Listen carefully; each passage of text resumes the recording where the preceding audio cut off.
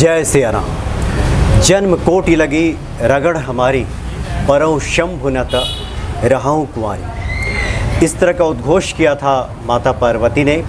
और तुलसीदास जी ने रामचरितमानस में इन पंक्तियों को साफ तौर पे लिखा है कि जिस वक्त माँ पार्वती ने ठान लिया था कि या तो शादी होगी, विवाह करूंगी तो भगवान शिव से, न तो रहूं कुंवारी, इस तरह की उन्होंने बात की थी। और उसके बाद इस तरह का प्रसंग आता है कि उनकी सखियां उनको हर कर ले गई थी और भगवान शिव को पाने के लिए उन्होंने निर्जला व्रत किया था, जिसको हम लोग हरितालिका तीज व्रत कहते हैं। वो आने वाला है, इसके बारे में हम बात करेंगे, इसकी क्या महिमा है, शुभ मुहूर्त क्या है, कैसे स्त्रियां इसकी पूजन करें, कौन कौन इस पूजा कर सकता है तीज व्रत की, तमाम बातों की जानकारी देंगे। और इस वक्त हमारे साथ बैठे हैं पंडित श्याम सुंदर शास्त्री जी। राम राम पंडित जी। राम राम जी। पंडित जी, जैसा कि मैंने जिक्र किया कि माँ पार्वती ने ठान लिया था कि मैं शिव से ही विवाह करूँगी, नहीं तो कुंवारी रह जाऊँगी। ये तीज व्रत कब है और इसका शुभ मुहूर्त कब है? देखिए जी, ये हरितालिका तीज का व्रत जी 9 सितंबर गुरुवार को है।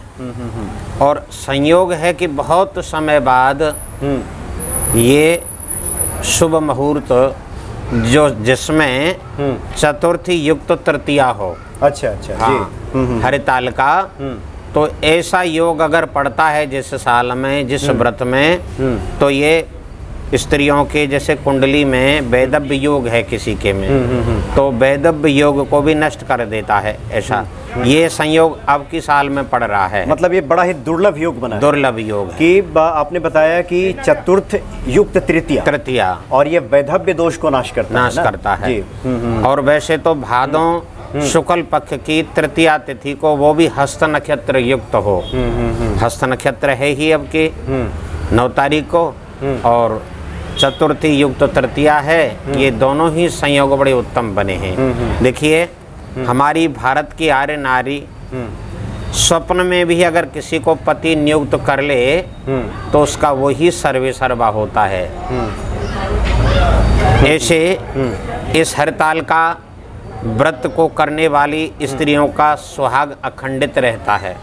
ऐसी मान्यता है हमारे ऋषियों की, ग्रंथों में वर्णित है। और जो हमारी कुंवारी बहनें हैं, कन्याएं हैं, वो शिवजी जैसा पति चाहने की इच्छा अगर करें तो वो हरितालिका व्रत को रहें। उन्हें सुंदर, योग्य, रूपवान और गुणवान पति की प्राप्ति इस व्रत के करने से होती है। ये भादों शुक्ल पक्ष की तृतीया तिथि को किया जाता है। इसमें न तो अन्न ग्रहण किया जाता और ना जल ही ग्रहण किया जाता। निर्जला रहना है। निर्जला रहना है। व्रत कहते हैं एक पर्दी को, एक सीमा को, एक दायरे को। और ये विशेष करके शिव पार्वती की इसमें पूजा होती है। तो शिव सत्य स्वरूप हैं, सत्यम शिवम सुंदरम, यानी सत्य का आचरण और गोविंद नाम का स्मरण दिन भर करे। जिस दिन व्रत रहे हरितालिका, उस दिन ईश्वर का, शिव जी, राम जी, कृष्ण, दुर्गा, हनुमान, किसी भी अपने आराध्य का चिंतन दिन भर करे और सत्य के दायरे में रहे। व्रत माने पर्दी, यानी सत्य की पर्दी में, सत्य की सीमा में रहे और मनोच्छा फल को ये प्रदान करने वाला है। एक समय भगवान कैलाश शिखरे रम्य गौरी पार्वती शंकर, यानी गौरा पार्वती जी और शंकर जी कैलाश की शिखर पर बैठे हुए थे।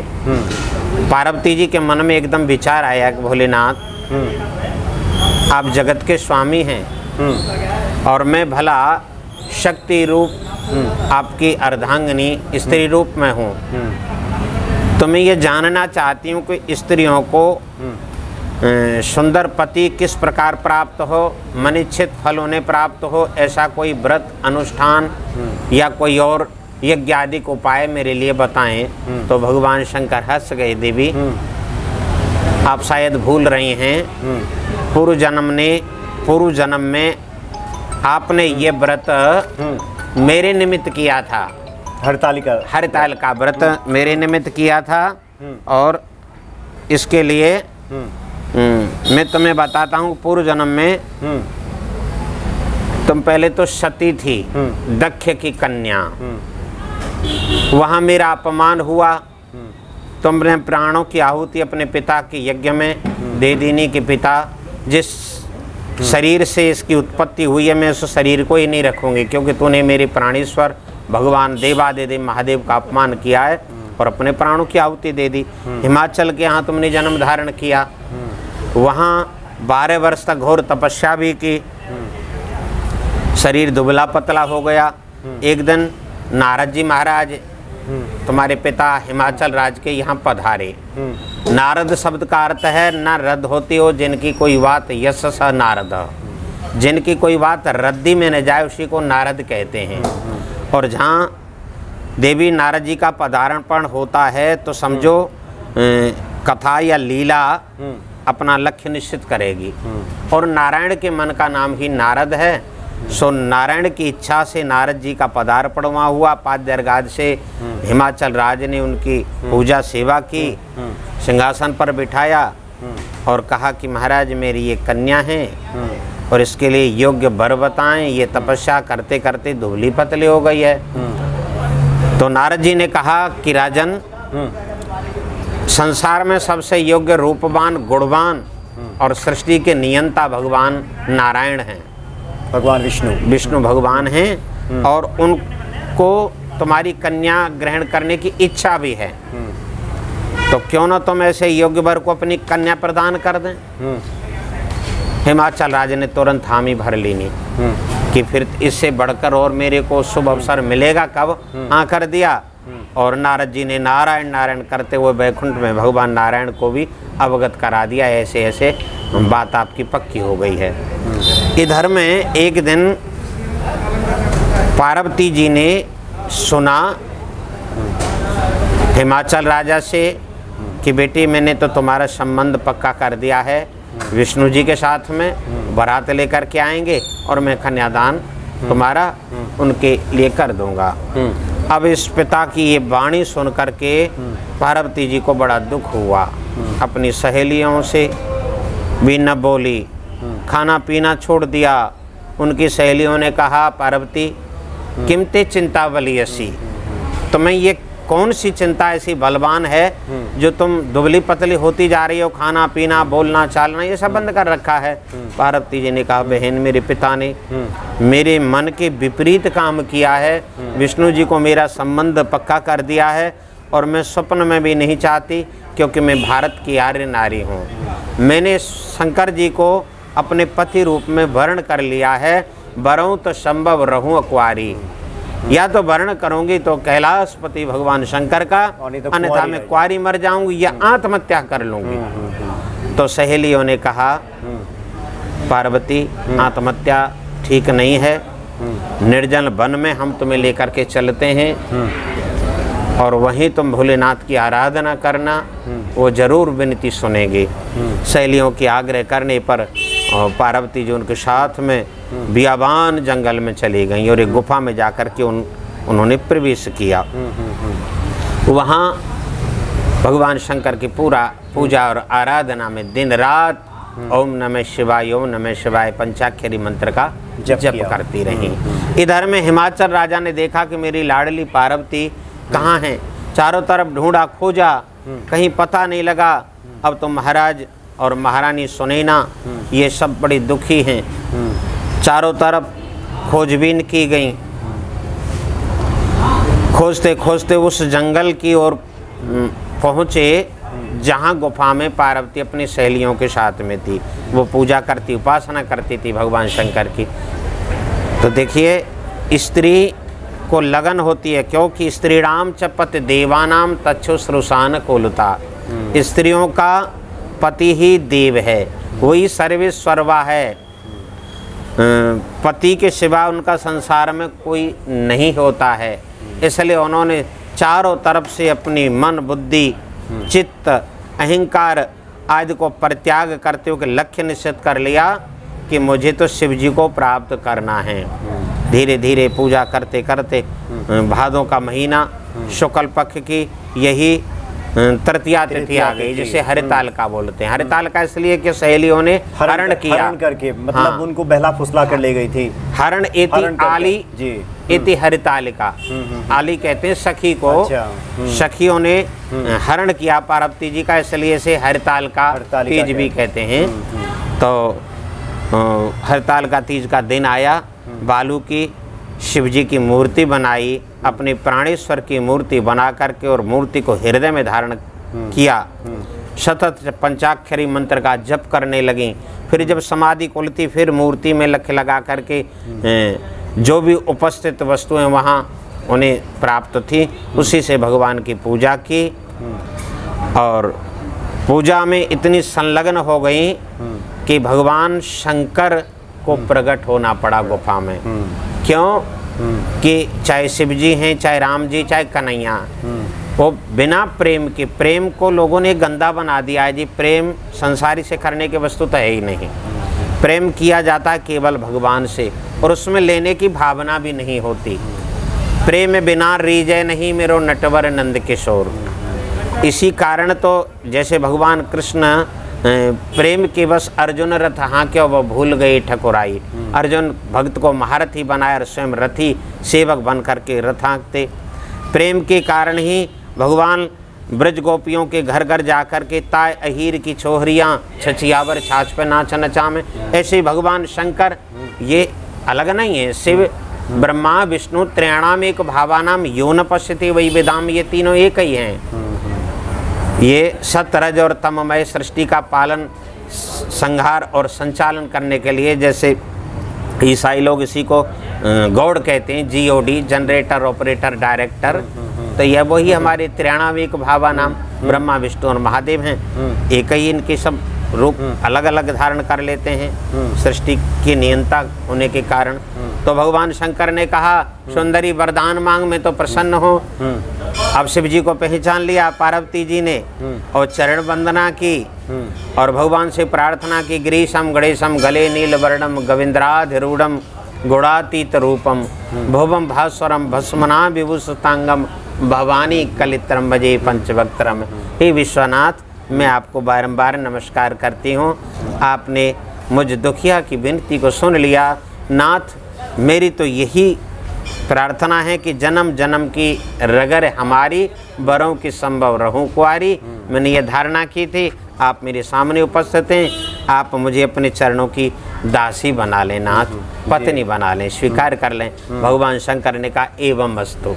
ऐसे कह करके भोलेनाथ अंतर्ध्यान हुए। पार्वती जी सहेलियों सहित थोड़ी गुफा से बाहर निकली, प्रसन्न हैं। इतने में महाराज हिमाचल राज अपने सेवकों के सहित आए और अपनी लाडली को देखा गुफा में से निकलता हुआ, एकदम दौड़े और दौड़ करके अपनी लाडली को गोद में ले लिया। बेटी, हम तो बड़े दुखी थे, तू कहाँ चली गई थी?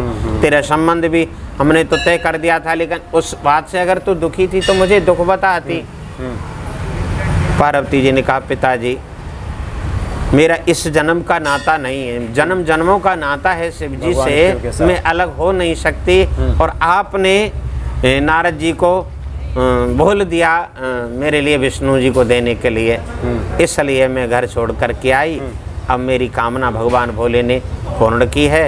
ये हरिताल का व्रत, इसलिए पार्वती जी तुमने जो मेरी पूजा की, हरिताल का तीज के व्रत के प्रभाव से ही मैं तुम्हारे लिए पति रूप में प्राप्त हुआ।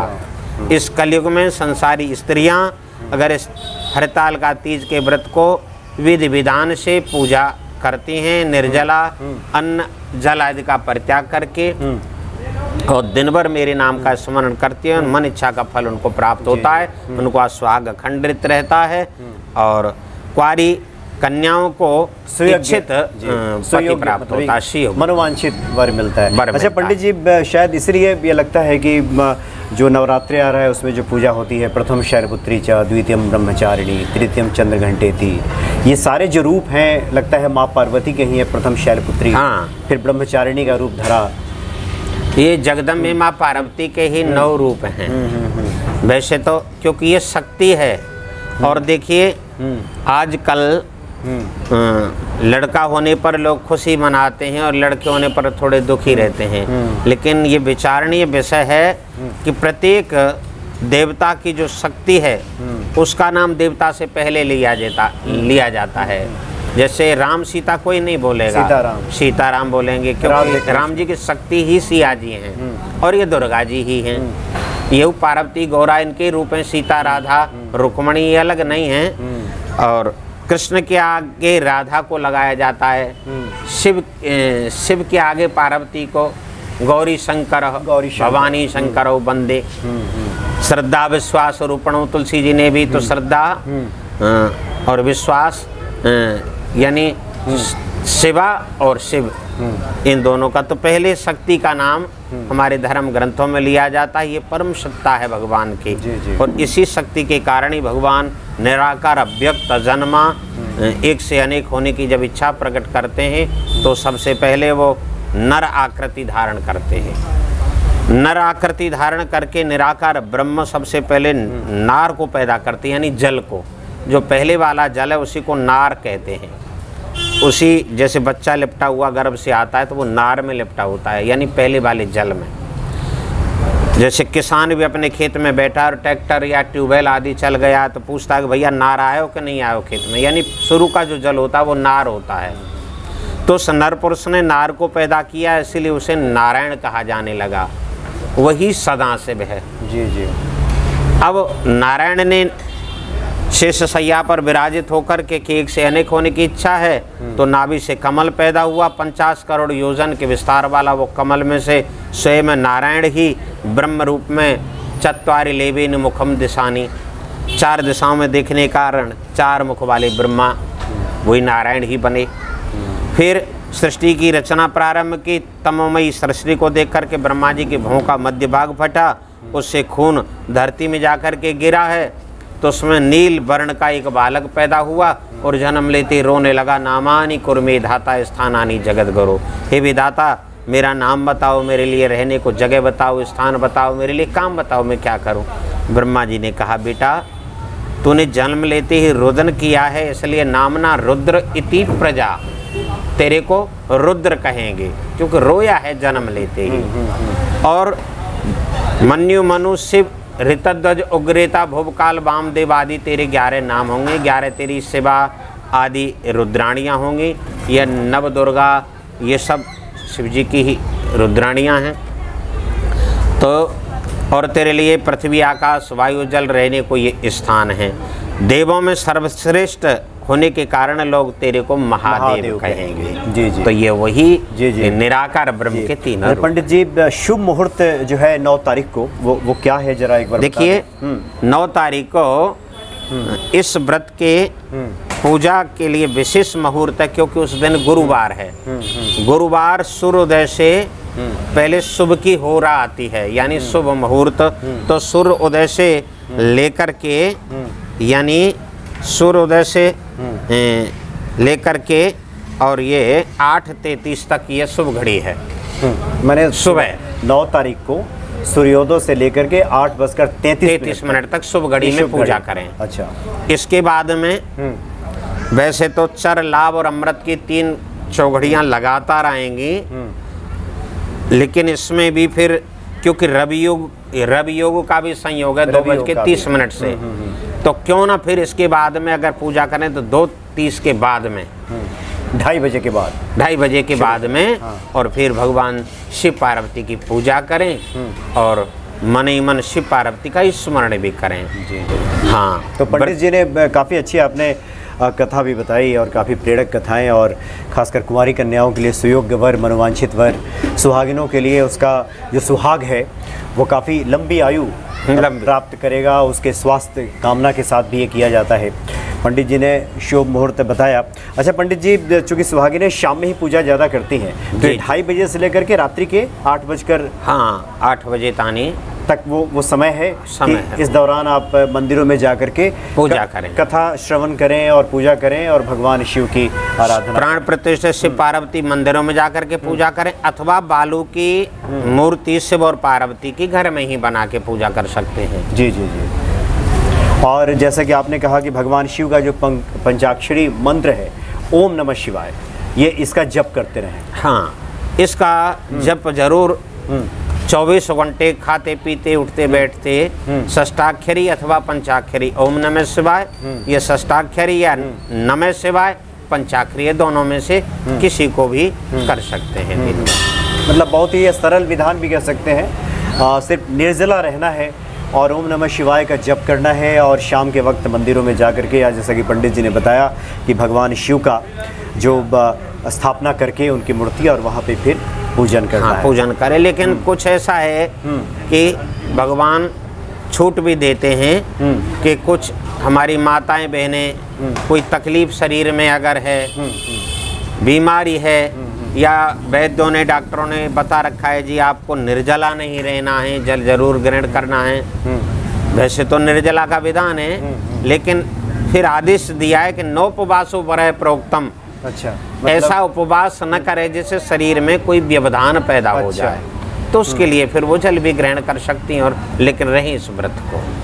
संभव हो तो निर्जला रहें, हाँ, और नहीं तो शरीर को जैसा कि आपने कहा कष्ट दे करके और उसमें चाहे तो जल ले सकती है, जल ले सकती, क्योंकि भगवान तो वैसे ही भाव के भूखे हैं। और भगवान शिव और पार्वती के ये पूजा का बड़ा ही खूबसूरत संविधान है और आदिकाल से स्त्रियां इसको करती आई हैं। बहुत बहुत धन्यवाद पंडित जी, आपने बहुत ही अच्छी जानकारी दी, और निश्चित तौर पे उन महिलाओं को, उन कन्याओं को जिस व्रत को करना चाहती हैं, ये व्रत भगवान शिव और पार्वती के प्रति ये अनुराग बढ़ाने वाला है और उनको मनोवांछित दिलाने वाला है। राम राम पंडित जी। राम राम जी, राधे राधे, जय ओम नमः शिवाय।